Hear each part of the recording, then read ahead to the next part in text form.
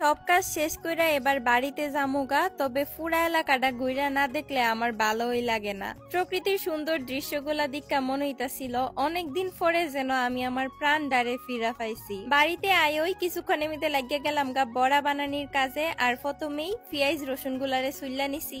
অনেকেই কই নাকি আফা নাকি অনেক কাজ পারে, আসলে আমি অনেক কাজ পারি, আর মেয়েরা সব কাজে শিক্ষা রাখা বালা, কারণ জীবনে কোন সময় কোনটার দরকার লাগবো আপনি নিজেও টের পাইতেন না। বড়া বানাইতে যা যা দরকার এখানে মিদে সবকিছুই লয়ে লাইছি। তবে মজার বিষয় হইতাছে আমার আম্মা আমার হাতের বানানি হুটকির বড়া হাইতো চাইছে, অথচ আমি কোন সময় হুটকির বড়া বানাইছি ওই না। ইলিকা আম্মা ওই আমারে সবকিছুতে হেল্প করতাছিল। এই হুটকির বড়া কিন্তু গ্রাম অঞ্চলে অনেক বেশি জনপ্রিয়।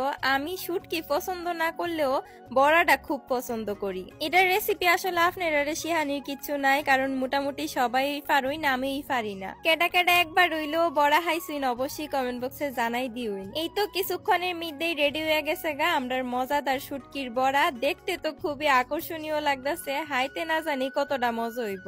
আমার তো আর অপেক্ষা সহ্যই হইতাছে না। এলিগা সুন্দর মতো পরিবেশন কইরা তাক দাম মারে লয়ে বয়ে গেছি গা হাইবার লাগিয়া। পাশাপাশি আজকা দুপুরে হাওনের আইটেমের মধ্যে আমরা করে আরো অনেক কিছুই আসিল, এই যে দেখতে পাইতাছেন। তবে শুটকির বড়াটা ছিল একটু বেশি স্পেশাল, আর সত্যি হইতে খাইতো অনেক বেশি মজা হইছে। আমার আম্মা তো বারবার একটার পর একটা লয়ে লয়ে হাইতাছিল, আর আমি যে বেডি শুটকি পছন্দই করি না এই বেডি হুটকির বড়া এত মজা কইরা হাইতাছি, তার মানে বুঝতেই তো পারতাছুন কত বেশি মজা হইছে। তো এই আসিল আজকের ভিডিও, আপনার সাথে দেখা হইব নেক্সট ভিডিওতে। ভিডিও ভালো লাগলে লাইক কমেন্ট শেয়ার কইরা পেজটা একটা ফলো কইরা দিউন। সবাই ভালো থাকুন, সুস্থ থাকুন, আল্লাহ হাফেজ।